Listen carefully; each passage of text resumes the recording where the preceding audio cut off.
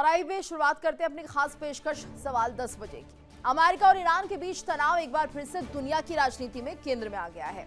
अमेरिकी राष्ट्रपति Donald Trump के ताजा बयान ने हालात को और ज्यादा गंभीर बना दिया है। ट्रंप ने ईरान को साफ शब्दों में चेतावनी दी है कि अगर वो कूटनीतिक समझौते की दिशा में आगे नहीं बढ़ता है तो उसे गंभीर परिणाम भुगतने होंगे। ट्रंप ने यह भी कहा कि अमेरिका किसी भी परिस्थिति में ईरान को परमाणु हथियार विकसित करने की अनुमति नहीं देगा। उनके अनुसार ईरान के परमाणु कार्यक्रम और यूरेनियम संवर्धन गतिविधियां वैश्विक सुरक्षा के लिए बड़ा खतरा है और इन्हें रोकना अमेरिका की प्राथमिकता है। इस बीच अंतर्राष्ट्रीय कूटनीतिक हलकों में भी हलचल तेज हो गई है। व्हाइट हाउस की ओर से यह दावा किया गया है कि अमेरिका और चीन के शीर्ष नेतृत्व के बीच बातचीत हुई है और इस बातचीत में ईरान के परमाणु मुद्दे और हॉर्मुज स्ट्रेट जैसे रणनीतिक समुद्री मार्ग पर भी चर्चा हुई है। तो दोनों पक्षों ने इस बात पर सहमति जताई है कि वैश्विक ऊर्जा आपूर्ति के लिए हॉर्मुज स्ट्रेट का खुला रहना बेहद जरूरी है। हॉर्मुज स्ट्रेट दुनिया के सबसे अहम तेल परिवहन मार्गों में से एक है और यहाँ किसी भी तरह की बाधा या तनाव का सीधा असर वैश्विक ऊर्जा बाजार पर पड़ सकता है और यही वजह है कि इस क्षेत्र की स्थिरता को लेकर अंतर्राष्ट्रीय स्तर पर चिंता बढ़ गई है। और दूसरी ओर ईरान की ओर से भी तीखे बयान सामने आ रहे हैं जिससे कि दोनों देशों के बीच अविश्वास और गहराता हुआ दिख रहा है। तो विशेषज्ञों का मानना है कि अगर जल्द ही कोई कूटनीतिक समाधान नहीं निकलता है तो ये तनाव केवल क्षेत्रीय नहीं बल्कि वैश्विक आर्थिक और सुरक्षा संतुलन को भी प्रभावित कर सकता है। अब बड़ा सवाल यही है कि क्या अमेरिका और ईरान बातचीत की मेज पर लौटकर कोई स्थायी समाधान निकाल पाएंगे या फिर यह टकराव आने वाले समय में और ज्यादा गंभीर रूप लेगा। तो ये बड़े सवाल हैं जिनका हल जानने की कोशिश हम करेंगे और ऐसे में ये समझना भी जरूरी है कि अमेरिका ने क्या कुछ शर्तें दी हैं जिस पर चीन मान गया है और ईरान के पीठ में छुरा भोंक दिया है। तो ये तमाम तरह की जो बातें हैं वो सामने आ रही हैं, समझने की हम कोशिश करते हैं और आपको भी समझाते हैं। देखिए, अमेरिका की 3 शर्तें। अमेरिका के साथ मिलकर हॉर्मुज खुलवाओ। दूसरा, ये हॉर्मुज में टोल टैक्स सिस्टम बंद कराया जाए। वहीं ईरानी तेल की जगह अमेरिकी तेल खरीदे। ये कुछ ऐसी बातें थी जो कि ट्रंप ने यहाँ पर चीन पर रखी हैं और ऐसे में चीन से कहा है कि इन शर्तों को माने। पहली, अमेरिका के साथ मिलकर हॉर्मुज खुलवाने की बात। दूसरा, हॉर्मुज में टोल टैक्स सिस्टम बंद करवाने की बात। और तीसरी, ईरानी तेल की जगह अमेरिकी तेल खरीदो। तो जिनपिंग से ट्रंप की बातचीत हुई है, सहमति बनते हुए भी दिख रही है। किसी भी वक्त ईरान पर अटैक हो सकता है, इजरायल की धमकी, और ऐसे में समझना होगा कि ईरान पर किसी भी वक्त हमला हो सकता है। एक तैयारी ये भी हो रही है। तो देखिए, एक पहलू ये भी सामने आ रहा है कि इजरायल धमकी दे रहा है कि ईरान पर किसी भी तरह से यहाँ पर अटैक हो सकता है और इस वक्त हाई अलर्ट पर इजरायल की सेना बनी हुई है। तो ये बड़ी जानकारी सामने आ रही है कि एक तरफ तो मीटिंग हो रही है यहाँ पर चीन और अमेरिका की, दूसरी तरफ इजरायल की जो धमकी आ रही है इसे भी नजरअंदाज नहीं किया जा सकता। अमेरिका का इशारा मिलते ही हमला शुरू होगा। तो यहाँ पर देखिए, सीधे तौर पर इजरायल ये कह रहा है अगर अमेरिका ने इशारा कर दिया तो हमला शुरू हो जाएगा। समझौता नहीं हुआ तो किसी भी पल हमला शुरू हो सकता है। समझौते की बात होने जा रही थी लेकिन अगर ऐसा नहीं होता तो हमला करेंगे और नेतन्याहू की तैयारी, डिप्लोमेसी के साथ मिलिट्री ऑप्शंस भी खुले हुए हैं। तो बहुत सीधे शब्दों में कहा जा रहा है, ईरान को चेतावनी है ये इजरायल की तरफ से भी, ईरान पर किसी भी वक्त हमला हो सकता है। तैयार रहने के लिए अमेरिका इजरायल को कह रहा है और इजरायल इस बात को बता रहा है। तो इस वक्त हाई अलर्ट पर इजरायल की सेना बनी हुई है, यानी कि पूरी तैयारी के साथ इजरायल की सेना लगी हुई है कि किसी भी तरह से कभी भी अगर हमला करने की जरूरत हुई और अमेरिका ने फैसला लिया तो उस पर अमल किया जाएगा। इसी पर आज हम चर्चा करने जा रहे हैं। हमारे साथ मेहमानों का खास पैनल जुड़ चुका है। हमारे साथ रिटायर्ड ग्रुप कैप्टन आशीष सहाय जी जुड़े हुए हैं, रक्षा विशेषज्ञ रिटायर्ड कर्नल दिनेश शर्मा जी जुड़े हुए हैं और साथ ही हमारे साथ रिटायर्ड मेजर विराट मिश्रा जी भी बने हुए हैं। आप सभी का बहुत बहुत स्वागत है और एक एक कर आपका रिएक्शन हम लेना चाहेंगे। सबसे पहले रुक कर लेते हैं सहाय सर का। सहाय सर, आपसे हम समझना चाहेंगे ये जो दोनों देशों की मुलाकात हुई है, अमेरिका और चीन की, यहाँ पर बहुत सी बातें हुई हैं और कुछ बातों पर सहमति नहीं भी बन पाई लेकिन कुछ पॉइंटर्स निकलकर सामने आए हैं। जानना चाहेंगे ये जो बातचीत थी कितनी आपको लग रही है कि सफल हुई है और क्या कुछ नतीजा इसका निकल रहा है? ये तो बातचीत ग्रॉसली असफल रही है क्योंकि कुछ भी मेजर दोनों तरफ से ना गेन किया गया ना उसकी प्रोमिसेस हुई हैं। बल्कि जो कयास हम लगा रहे थे कि टैरिफ को लेकर ब्लैक एंड व्हाइट में ट्रंप ने बोला टैरिफ पे बात नहीं हुई, जो सबसे बड़ा मुद्दा था इनके बायलैटरल ट्रेड में, उस पे ट्रंप ने बोला बात नहीं हुई। ईरान मामले पे चीन का दखलंदाजी या कोई प्रॉमिस, ट्रंप ने 2 बार स्पेसिफिकली बोला कि we did not want Chinese assistance, उनका हेल्प नहीं चाहिए था, क्योंकि अगर हेल्प मांगते तो हमको उसके बदले में कुछ देना पड़ता। हालांकि उन्होंने जैसे जाने से पहले बोला था, उसके बाद भी बोला कि ईरान को मिलिट्री हार्डवेयर की सप्लाई नहीं करने के लिए शी ने प्रॉमिस किया, लेकिन इस मुद्दे पे चाइना की तरफ से अभी तक कोई ऑफिशियल स्टेटमेंट नहीं आया है। हॉर्मुज खुलवाने के लिए भी ट्रंप साहब ने बोला कि दोनों पार्टीज एग्री कर गई हैं, लेकिन शी ने मुझसे बोला, मतलब ट्रंप को शी ने बोला कि पहले ईरान ने बंद किया, बाद में आपने भी बंद कर दिया हॉर्मुज, और इसके बाद इनकंक्लूसिव छोड़ दिया इस टॉपिक को ट्रंप ने। तीसरा, उन्होंने बोला कि 200 बोइंग विमान चाइना खरीदने के लिए तैयार हो गया है। चाइना ने, कम्युनिस्ट पार्टी ने स्पोक्स पर्सन के थ्रू या किसी भी उसके थ्रू अभी इसको कंफर्म नहीं किया। हालांकि इस पे बार बार ट्रंप बोल रहे थे, रिपोर्टर्स से भी बोल रहे थे कि 200 की जगह और भी ऑर्डर्स आ सकते हैं अगर 200 का ऑर्डर अच्छा रहा तो। जबकि फैक्ट ये है कि ओपन सोर्स इंफॉर्मेशन और कुछ और इंफॉर्मेशन पे ये माना गया था कि एक साथ कम से कम 500 बोइंग एयरक्राफ्ट का ऑर्डर प्लेस कर सकता था चाइना यूएस को। तो अपेरेंटली आखिरी बहुत मेजर मुद्दा जिसको शी ने बोला कि हमारा मेन कंसर्न है, वो ताइवान। और ताइवान को लेके जीतू, आपके दर्शकों के लिए, it may be the first for any Indian channel, बहुत critical, slow, deep analysis of every word spoken जो ट्रंप ने बोला है ऑन बोर्ड एयरफोर्स वन, जब वो वापस लौट रहे थे बीजिंग से, और जब वो चाइना में थे, बीजिंग में थे। मुझे ऐसा लगता है कि अमेरिका अंडर ट्रंप ताइवान पे अपनी एजेस ओल्ड पॉलिसी को चेंज करने का इंडिकेशन कर रहा है। मतलब हम उनको आर्म्स नहीं देंगे, ताइवान को चाइना से नहीं लड़ना चाहिए, अमेरिका ताइवान के पास आकर चाइना के अगेंस्ट लड़ाई नहीं करेगा। ये एक बहुत major change of policy, change of stance है। हालांकि रूबियो ने बोला था कि हमारी पॉलिसी अनचेंज है, ट्रंप ने भी एक बार बोला कि कोई मेजर चेंज नहीं है, लेकिन स्पेसिफिक इंफॉर्मेशन, स्पेसिफिक क्वेश्चन पे उन्होंने जो जवाब दिए हैं 3 बार।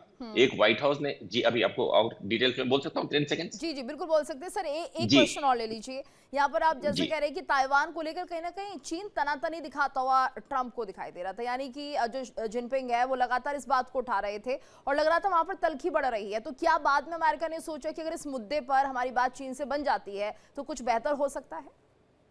एग्जैक्टली अमेरिका को ये लगने लगा है, ट्रंप को ऐसा लगने लगा है, अमेरिकन फॉरेन पॉलिसी ऐसे नहीं चेंज होगी। वो 2.5 साल तक वेट करेंगे ट्रंप के जाने का और उसके बाद फिर से रिवर्ट करेंगे। लेकिन as we talk today, Trump ने मेजर इंडिकेशंस दिए हैं अपने 27 मिनट 40 सेकंड का एक उन्होंने वीडियो लोड किया है व्हाइट हाउस ने, जो जिसमें वो बातें कर रहे हैं on board air force one, reporter से बात कर रहे हैं बीजिंग से लौटते समय। उसका 8 मिनट, 11 मिनट, 18 मिनट बहुत क्रिटिकल है, जहां वो लगातार बोल रहे हैं कि ताइवान को लेकर आई विल डिसाइड। 9,500 किलोमीटर दूर आके लड़ना अच्छी बात नहीं है, ताइवान का फ्रीडम सीख करना अच्छी बात नहीं है। ताइवान के लिए हमने जो million dollar, multi billion dollar का आर्म्स सैंक्शन किया है, उस पे अभी हमने हस्ताक्षर नहीं किए हैं और हम इसके बारे में सोचेंगे। ये बहुत मेजर चेंज ऑफ स्टांस है ग्लोबल ऑर्डर के लिए। जी गीतू। बिल्कुल, और ऐसे में ये देखना होगा कर्नल दिनेश, क्योंकि सर अगर हम इस पूरे माहौल को समझे तो यहाँ पर सीधे तौर पर ये कहा जा रहा है कि चीन कुछ ऐसा दबाव बनाए ईरान पर जिससे कि वो हॉर्मुज को खोल दे। लेकिन आपको ऐसा लग रहा है ये संभावना है, और क्या ईरान वाकई चीन की बात मान जाएगा? देखिए, जैसे हम अभी बात कर रहे हैं, जैसे हमारे साथी ने कहा कि ये वार्ता जो है, चाइना और अमेरिका की वार्ता जो है असफल हो गई है। तो मेरा ये मानना है कि इस समय जिस प्रकार से डोनाल्ड ट्रंप साहब ने अपनी भाषा का प्रयोग किया है, चाहे वो ताइवान है या बाकी अलग है, उन्होंने अपनी भाषा के प्रयोग के अंदर थोड़ी नरमी दिखाई है। वो नहीं चाहते हैं कि जिस समय वो ईरान के साथ युद्ध में उलझा हुआ है, वो चाइना के साथ भी एक नया कन्फ्रंटेशन शुरू कर देखा है।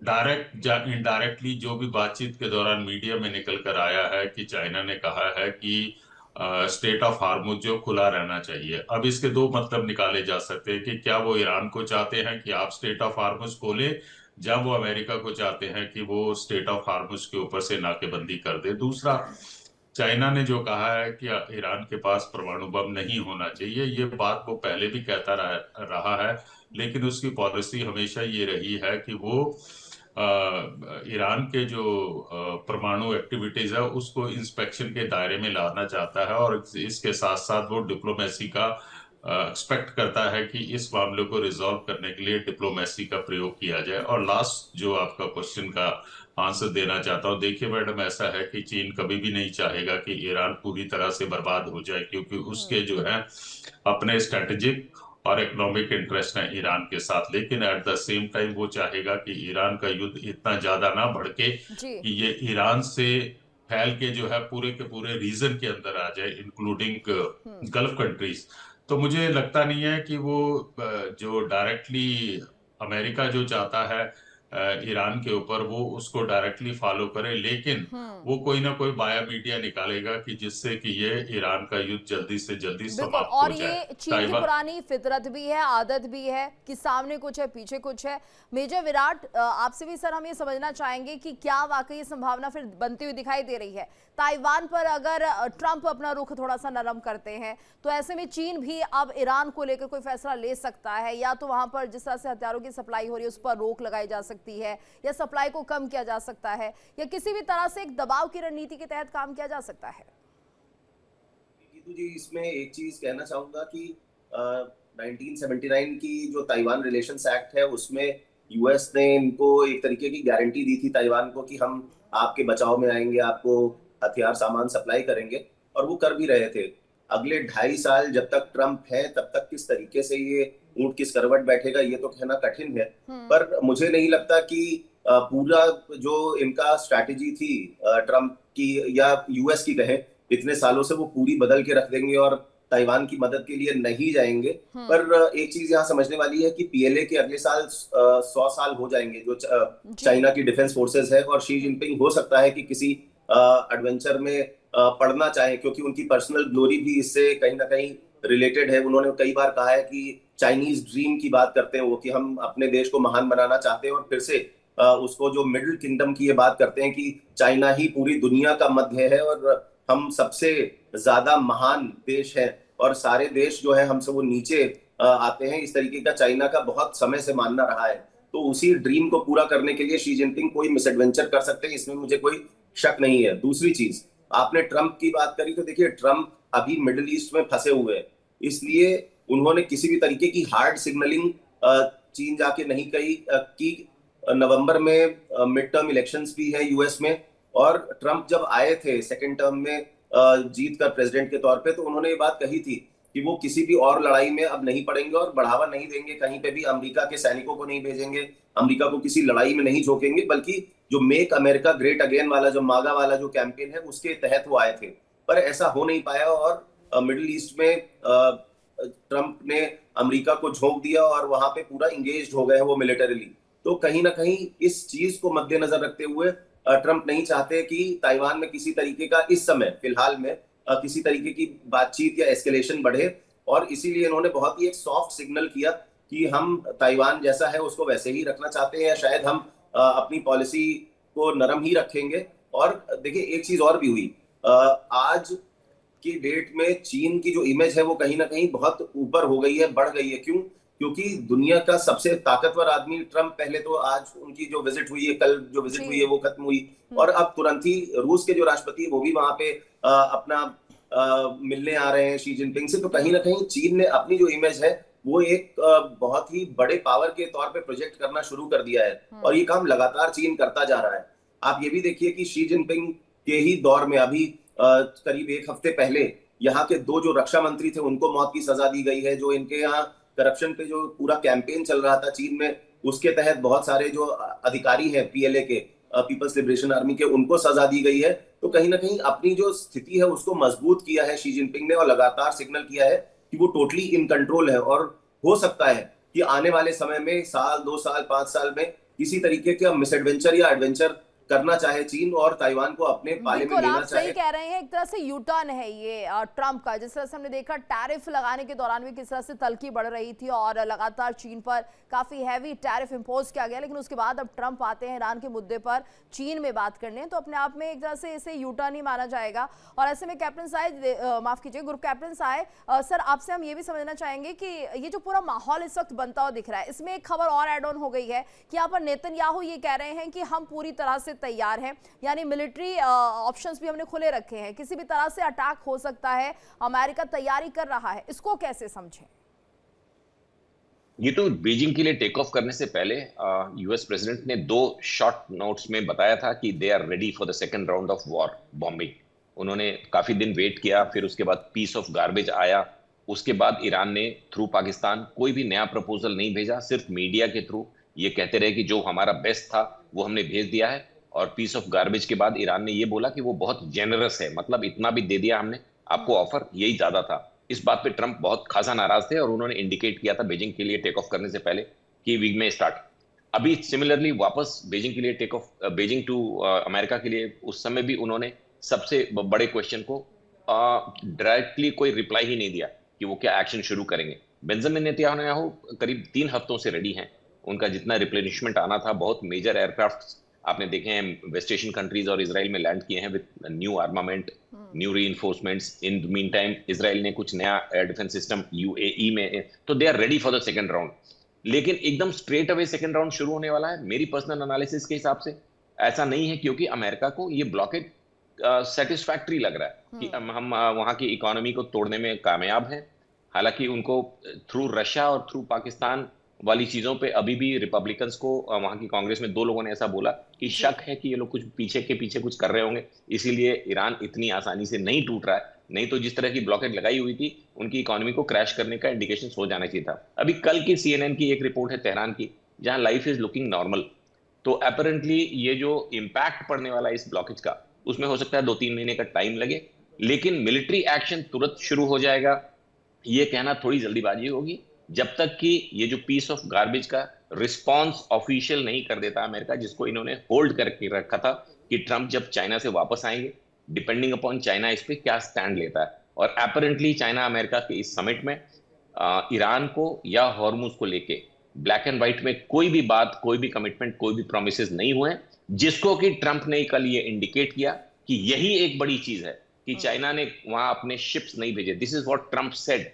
जब ये पूछा गया कि चाइना ने क्या प्रॉमिस किया आपको ईरान के लिए या हॉर्मुज के लिए, बोले दे हैव बीन काइंड, कि उन्होंने अपने शिप्स नहीं भेजे। उनकी 40-50% एनर्जी ईरान से आती है, फिर भी they are not sending the ship, मतलब युद्ध में पार्टिसिपेट नहीं कर रहा है, मिलिट्री हार्डवेयर नहीं दे रहा है। यही चाइना का बहुत प्रोएक्टिव, प्रो अमेरिकन रोल है, ऐसा ट्रंप का सोच है।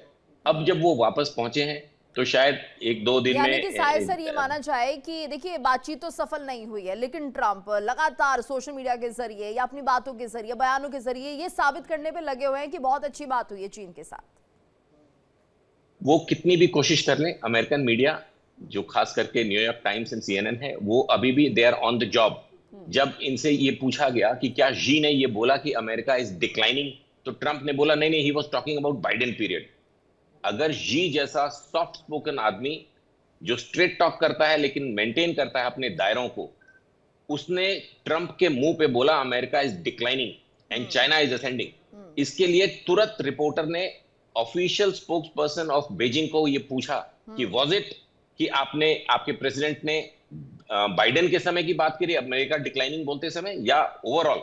उसने इसका डायरेक्ट जवाब नहीं दिया जी। उसने बोला it was a generic assessment. तो प्लस AI पे जब ये डिस्कशन हुआ ट्रंप के साथ, उनका बहुत मन था, America is a open economy, China is a absolutely closed economy, free economy नहीं है उनकी। वो अमेरिका में जाके बना सकते हैं, बेच सकते हैं, बट अमेरिकन कंपनीज चाइना में आने पे 1000 रेस्ट्रिक्शंस हैं, जिसको Trump being a primary businessman वो ये सोच के गए थे कि काफी कुछ ओपन हो जाएगा।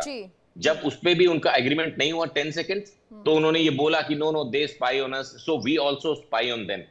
पिछले 12 घंटों में अमेरिका में इस स्टेटमेंट पे भी यानी बहुत सर जो लगातार बातें हो रही है कि कुछ मुद्दों पर बातचीत बनी है, जो ट्रंप ये कह रहे हैं वो नहीं हो पाई है। कर्नल दिनेश जी से भी मैं एक रिएक्शन लेना चाहूंगी। सर ये बताइए कि अभी फिलहाल जिस तरह से ये बातें निकलकर सामने आ रही है कि व्यापारिक समझौते हुए हैं, तो क्या कोई समझौता व्यापार से जुड़ा भी दोनों देशों के बीच नहीं हुआ है, चीन और यूएस के बीच? देखिए मैडम, किसी भी एक समझौते को हम उस समय कह सकते हैं जबकि कोई एग्रीमेंट साइन हुआ हो, या किसी प्रकार की कोई जॉइंट स्टेटमेंट जो है एड्रेस की गई हो वर्ल्ड के सामने। अभी तक जितनी भी बातें जो मैं समझ सकता हूं या जो इंटरनेशनल मीडिया के द्वारा आ रही हैं, उसमें कुछ बातों के ऊपर सहमति हुई है। आप उसको सहमति कह सकते हैं, जहां ये कह सकते हैं कि दोनों नेताओं की बातचीत के दौरान जो है इन मुद्दों के ऊपर भी बातचीत हुई थी। या तो ये कह सकते हैं कर्नल दिनेश की कोई विरोध नहीं हुआ दोनों तरफ से? जी, कोई विरोध नहीं हुआ, तो कोई एग्रीमेंट भी नहीं हुआ है मैडम। अगर ये डोनाल्ड ट्रंप साहब कह रहे हैं कि हमने बड़ी अच्छी हमारी डील हुई है, अरे भाई ग्राउंड के ऊपर किस प्रकार की क्या डील हुई है, चाइना की तरफ से क्या रिस्पॉन्स आया है? सिर्फ 2 चीजों के बारे में जो है चाइना की तरफ से रिस्पॉन्स आया था। एक तो था वो ताइवान के ऊपर, और दूसरा था कि ईरान को ये स्टेट ऑफ हार्मुज जो है ये अनइंटरप्टेड होना चाहिए, इसके ऊपर कोई टोल जो है वो वसूल नहीं करना चाहिए। दूसरा जो उन्होंने कहा था कि ईरान को जो है परमाणु बम की जरूरत नहीं है। इसके अलावा जो है बाकी चीजों के ऊपर जो मीडिया के अंदर आ रहा है कि किसी प्रकार की जो बातें हुई हैं कि अमेरिका ने चाइना से ईरान पर अपना प्रभाव इस्तेमाल करने को कहा है, चाइना और यूएस ने मिलिट्री कम्युनिकेशन चैनल को खुला रखने की बात की है ताकि कोई छोटी सी घटना कोई बड़ी घटना का रूप ना ले। एआई टेक्नोलॉजी और स्ट्रेटेजिक सिक्योरिटी रिस्क पर बातचीत हुई है, डायलॉग हुए हैं। न्यूक्लियर रिस्क रिडक्शन और स्ट्रेटेजी स्टेबिलिटी पर बातचीत हुई है। एग्रीकल्चर ट्रेड बढ़ाने और कुछ और इंपोर्ट के ऊपर जो रिस्ट्रिक्शन लगे हुई हैं उनके ऊपर हुई हैं। इस प्रकार की बातचीत हुई है। तो बातचीत को जो है ना आप एक एग्रीमेंट का रूप नहीं दे सकते हैं, लेकिन जैसा कि डोनाल्ड ट्रंप साहब की आदत है, वो अपने देश के अंदर जाके एक प्रकार का नैरेटिव गढ़ेंगे कि देखिए मैंने जो है ईरान की चाइना ने जो है मुझे स्टेट ऑफ हार्मुज के ऊपर सपोर्ट किया है। चाइना जो है वो मुझे ईरान का जो परमाणु बम बनाना चाहता है उसके ऊपर हुआ कुछ भी नहीं है। 10 सेकंड में मेजर विराट का भी रिएक्शन लेना चाहूंगी। सर आपको क्या लग रहा है, कोई बातचीत नहीं हुई है, मतलब बातचीत तो हुई लेकिन बेनतीजा निकली है, सहमति नहीं है किसी चीज पे? जी गीतू जी, देखिए जिस चीज की हमें उम्मीद थी कि स्ट्रेट ऑफ हॉर्मुज पे बात होगी या उस पे कोई नतीजा निकलेगा, या जो ईरान वॉर चल रही है उसके लिए कोई एक बहुत बड़ी डील हो जाती कि भाई ठीक है, जो इनका न्यूक्लियर मटेरियल है जिसपे इतनी बातचीत चल रही, 450 किलो का जो न्यूक्लियर फिसाइल मटेरियल इनका रेडी है, बिल्कुल 60% एनरिच्ड है, जिसको 1 हफ्ते 2 हफ्ते के बीच में ये बना सकते हैं, वेपन्स ग्रेड बिल्कुल टोटल वेपन्स बना सकते हैं, 10 वेपन्स बना सकते हैं। उस पे कोई डील जो होनी चाहिए थी वो नहीं हुई। आप सोयाबीन की बात कर रहे हैं, आप बात कर रहे हैं बोइंग जेट्स की, तो वो इम्पोर्टेंट हो सकता है, पर वो इतना बिल्कुल, यानी कि जिस मुद्दे के साथ, जिस उम्मीद के साथ ट्रंप पहुंचे थे चीन, वो सफल नहीं हो पाया। उस मुद्दे पर सहमति ना बन पाई, ना आगे किसी तरह से कोई चर्चा हो पाई है कि आगे क्या होगा। कुल मिलाकर बेनतीजा ये बातचीत कही जा सकती है। धन्यवाद करना चाहेंगे आप सभी का हमारे साथ इस चर्चा में जुड़ने के लिए। और इसी के साथ हमारी इस खास पेशकश में इतना ही। रुकेंगे एक छोटे से ब्रेक के लिए, लेकिन इंडिया डेली अब आपके स्मार्ट टीवी पर भी मौजूद है। देखिए इंडिया डेली 24/7 अब आपकी स्मार्ट टीवी पर। इंडिया डेली मौजूद है सभी डिजिटल प्लेटफॉर्म पर लाइव और लगातार। इंडिया डेली 24/7 हर दिन राष्ट्र को समर्पित।